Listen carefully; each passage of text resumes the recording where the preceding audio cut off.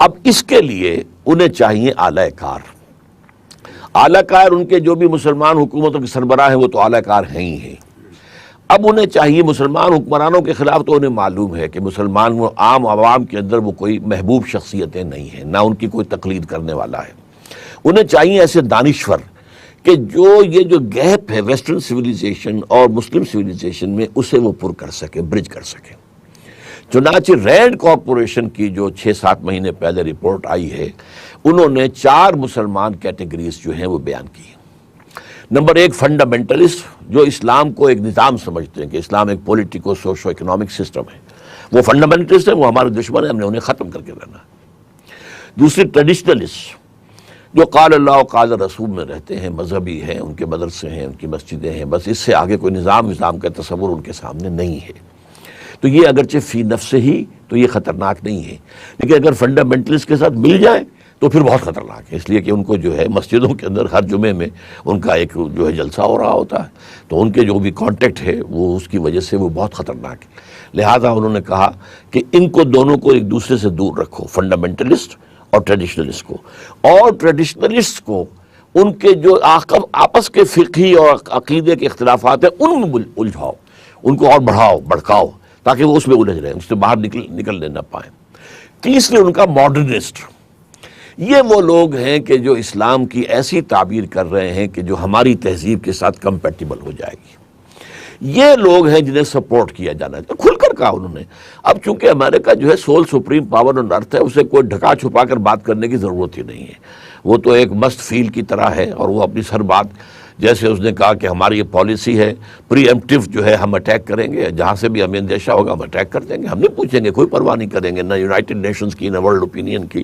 تو وہ تو ایک مست جو ہے ہاتھی ہے، اس لیے اس کو کہنے میں کوئی آر نہیں ہے. اور وہ رپورٹ جو ہے آپ انٹرنیٹ سے اتار لیجئے، پڑھ لیجئے، صاف لکھا ہے ان کو کہ ان کو سپورٹ کیا جائے اور ان کو خاص طور پر الیکٹرانک میڈیا پر اٹھایا جائے، کیونکہ ان کے پاس کوئی اور جو ہے جو پبلک کانٹیکٹ کا ذریعہ نہیں ہے، ایکسپوجر کوئی اور ہے نہیں، تو ان کو وہاں اٹھایا جائے. چنانچہ جو لوگ یہ کام اس وقت کر رہے ہیں ان کے بارے میں معلوم ہے، ان میں سے بعض کے بارے میں امریکن وائس رائے آ کر ان سے ملا، ان کے بارے میں اب وہ جو سرکار دربار میں رسائی ہو گئی ہے. تو اصل میں یہ پوری طاقت جو ہے وہ ہمارا پرویز مشرف جو ہے اس کا نظریہ جو ہے وہ جو روشن خیالی کا ہے، اور اس کے پیچھے جو سول سپریم پاور آن ارتھ جو ہے وہ جو اس کے پیچھے اس کی قوت اور اس کا پیسہ، اس کے سارے ذرائع اور وسائل استعمال ہو رہے ہیں، پورا ورلڈ میڈیا استعمال ہو رہا ہے، وہ اس کام کے لیے ہے کہ اسلامی تہذیب کی بھی جڑیں کاٹ دیں. اب مثال کے طور پر جب یہ کہتے ہیں کہ یہ پردہ تو بس ایک وقت کا خاص کا کلچر تھا، ٹھیک ہے میں مانتا ہوں، لیکن کیا پری اسلام عربیہ میں کوئی کلچر نہیں تھا؟ کلچر تو تھا. جلباب پہلے سے لفظ عربی زبان میں موجود ہے، بڑی سی چادر جس میں عورت لپٹ کر نکلتی تھی، چہرہ نہیں ڈھانپتی تھی، سر پر بھی ضروری نہیں تھا کہ لے، لیکن باقی اپنے جسم کو ڈھانپ لیتی تھی. تو اسی طریقے سے خمار کا لفظ پہلے سے ان کے ہاں تھا. اوڑھنی وہ سر پر ڈالتی، یا جب گھر کا کام کرتی تھیں عورتیں تو وہ اس سے اپنی کمر کس لیتی تھی، کہ جھاڑو دے رہی ہے کچھ اور کر رہی ہے تو اس نے اپنی کمر کس لی. تو یہ دونوں الفاظ ان کے یہاں موجود تھے. حجاب کا لفظ ان کے ہاں موجود تھا، پردہ تھا نہیں، حجاب کا لفظ تو تھا، پردہ کا لفظ تو تھا. تو اصل میں جو بھی کلچر تھا عرب کا اس میں مائنس پلس کر کے اسلامی کلچر بنا دیا گیا. لیکن اب یہ کلچر ہمیشہ کے لیے ہے، اب یہ مستقل کلچر ہے کہ جو حضور نے بنایا ہے. جیسے حج کا معاملہ پہلے بھی ہو رہا تھا، لیکن اس میں کچھ انہوں نے قطر بہت کر دی تھی. قریش جو ہے وہ کہتے تھے ہم تو حرم والے ہیں، حرم کے متولی ہیں، حرم کے باہر ہم نہیں جائیں گے، تو وہ عرفات نہیں جاتے تھے. قرآن مجید نے آ کے اور حضور نے عرفات ہی کو اصل حج قرار دیا، الحج عرفہ، جب سب کو جانا پڑے گا. تلبیہ میں انہوں نے شرک شامل کر دیا تھا، وہ نکال دیا. تو مائنس پلس کر کے اس حج کا نظام کو دوبارہ زندہ کر دیا. تو اس طریقے سے اصل میں جو کچھ ہوا اس میں کوئی شک نہیں ہے کہ عرب کا کلچرل بیک گراؤنڈ بھی اس میں تھا، لیکن اسی میں مائنس پلس کر کے اسلامی کلچر، اسلام کا نظام، اسلامی قانون، یہ ساری کی ساری چیزیں وضع کی گئی. اب یہ جو ہے ہمارے ہاں ایک اور ہیں جنہوں نے یہ کہہ دیا کہ شراب جو ہے وہ تو شراب پینا تو حرام نہیں. کہاں لکھا قرآن میں کہ حرم علیکم الخمر؟ کہیں لکھا ہوا ہے؟ نہیں. اچھا تو میں نے ان سے کہا کہ حرم علیکم الزنا کہیں لکھا ہوا ہے؟ یہ تو اصل میں یہ سارا شراب پی کر دھت ہو جانا اور مست اور مدہوش ہو جانا حرام ہے، شراب پینا جو ہے وہ کوئی حرام نہیں. اب اصل میں کیا ہے، وہ سنت کو کاٹ دیں گے کہ حضور نے تو یہاں تک کیا کہ ہر نشے والی چیز حرام ہے، اور جس چیز کی زیادہ مقدار سے نشہ ہو جائے اس کی قلیل بھی حرام ہے، اس کا قطرہ بھی حرام ہے۔ یہ ساری چیزیں تو سنت سے آئیں گی، اور جو حجاب کے اور ستر کے احکام آئے تھے وہ سنت سے معلوم ہوگا کہ جب یہ حجاب آ گئے تو پھر کیا ہوا، پھر خواتین جب نکلتی تھیں تو اب ان کی شکل کیا ہوتی تھی۔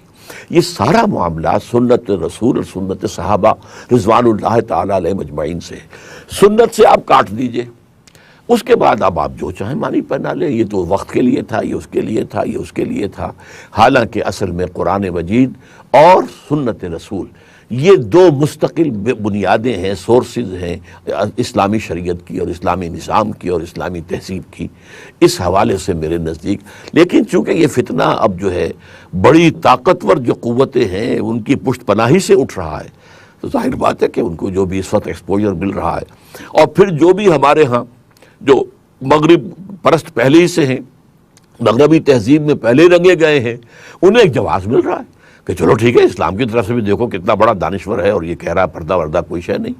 آپ نے بتایا، یہ میرے علم میں تو نہیں تھا کہ سلیو لیس بھی کی کوئی ایسی ممانعت نہیں، رقص کی کوئی ممانعت نہیں، فلاں چیز کی ممانعت نہیں۔ تو میں نے ایک دفعہ ہمارا سیمینار ہوا تھا، میں نے کہا تھا ہاں رقص، لیکن ایک رقص جسم ہے، ایک رقص جان ہے۔ جو علامہ اقبال نے کہا کہ رقص جسم جو ہے اس سے تو انسان کی مٹی حرکت میں آتی ہے، یعنی انسان کا حیوانی وجود، اور جو رقص جاں ہے، روح کا رقص، اس سے افلاک کے اندر جو ہے وہ برہمی پیدا ہو جاتی ہے۔ رقص تن در گردش آرا خاک رہا، انسان کا جو سفلی پہلو ہے، خاکی پہلو ہے، وہ گردش میں آتا ہے لیکن رقص جاں، روح کا، دل کا، یہ رقص جو ہے یہ برہم دلند افلاک رہا۔ تو یہ معاملے ہیں۔ اب ظاہر بات ہے کچھ لوگوں نے سنا یہ کہہ دیا مزامیر ہوتے ہی نہیں تھے۔ اچھا تو وہ حدیث کہاں سے آ گئی کہ میں مزامیر کو توڑنے کے لیے آیا ہوں؟ یہ ساری چیزیں اس کے لیے جس کو کہتے ہیں کہ ماسٹر کی کیا ہے کہ ایک دفعہ حدیث اور سنت سے کاٹ دو، اس کے بعد جیسے ہوتا ہے ایک جہاز جو ہے وہ بے لنگر کا جہاز ہے، لہروں کی وہ رحم و کرم پر ہے، وہ لہریں ادھر لے جائیں ادھر لے جائیں۔ تو لنگر جو ہے دین کے لیے وہ سنت رسول ہے، جو اقبال کہتا ہے، جو پاکستان کا مفکر بھی ہے، مصور بھی ہے، بمصطفیٰ برسا خویش را کے دیں ہم اوست، اگر بہو نہ رسیدی تمام بولا بیست۔ اپنے آپ کو مصطفیٰ صلی اللہ علیہ وسلم کے قدموں میں پہنچا دو، اس لیے کہ دین نام ہی مصطفیٰ کا ہے، دین بنتا ہی مصطفیٰ سے ہے۔ ورنہ یہ ہے کہ صرف قرآن کے ذریعے سے تو آپ جو چاہیں جو تعبیر کر لیں، آپ کا اختیار ہے۔ تو یہ اصل میں اس وقت کی کنٹمپریری جو ہمارا دنیا کا انٹرنیشنل سین ہے عالمی، یہ اس میں پس منظر ہے، اور 1400 سال کی ہماری تاریخ کا پس منظر ہے، وہ بھی میں نے آپ کے سامنے بیان کر دیا۔ اب چونکہ اس کے پیچھے قوت بہت بڑی ہے، اپنی سی کوشش تو ہم کریں، اس کا علاج یہی ہوگا کہ ایک تو یہ کہ اس کا جتنا بھی اللہ تعالی ہمیں ہمت دے، ہم اس کا مقابلہ کریں دلیل اور برہان کے ذریعے سے، اور قرآن کی روشنی کو، صحیح روشنی کو زیادہ سے زیادہ پھیلائیں تاکہ معلوم ہو جائے کہ یہ قرآن کی جو تعبیریں کر رہے ہیں یہ غلط ہیں۔ اور تیسرے یہ کہ ہم جو ہیں اس حدیث نبوی پر عمل کریں۔ حضور نے فرمایا تھا بدأ الاسلام غریبا وسیعود کما بدأ فطوبی للغرباء، اسلام کا آغاز ہوا تو وہ اجنبی سی چیز تھی، کوئی اس کو پہچاننے والا نہیں، نئی نئی باتیں کر رہے ہیں محمد، یہ کہاں سے لے آئے، یہ کہاں سے لے آئے۔ اور اس کے بعد اسلام میں جب قوت آ گئی، دولت اور سلطنت حاصل ہو گئی، تو سبھی اس کے جاننے والے بن گئے۔ لیکن عنقریب اسلام پھر غریب ہو جائے گا، اگرچہ مسلمان جو ہیں بڑھتے رہیں گے لیکن اسلام غریب ہو جائے گا۔ تو جب غریب اسلام ہو جائے تو جو لوگ اسلام کے دامن سے وابستہ رہیں، چاہے وہ اپنے معاشرے میں اجنبی بن جائیں، انہیں کہا جائے کہ یہ دقیانوس ہیں اور یہ فلاں ہیں اور یہ فلاں ہیں، اگلے وقتوں کے ہیں یہ لوگ، انہیں کچھ نہ کہو، تو یہ لکیر کے فقیر ہیں، یہ بسم اللہ کے گنبد میں رہنے والے ہیں، وہ تانے سنیں، برداشت کریں، لیکن وہ مجسم ایک احتجاج بن جائیں۔ یہ جو تجدد پسندی ہے اور دین کے اندر جو ہے ماڈرنزم پیدا کرنے کی جد و جہد ہو رہی ہے، اس کے خلاف عملی جو ہے جو ہوگا ریزسٹنس، وہ یہ ہوگا کہ ہم اتنے ہی اور زیادہ سنت رسول کے ساتھ اپنے آپ کو پیوستہ کر لیں۔ ڈاکٹر صاحب، انکار حدیث کے حوالے سے جو آپ نے تاریخ بیان کی ہے،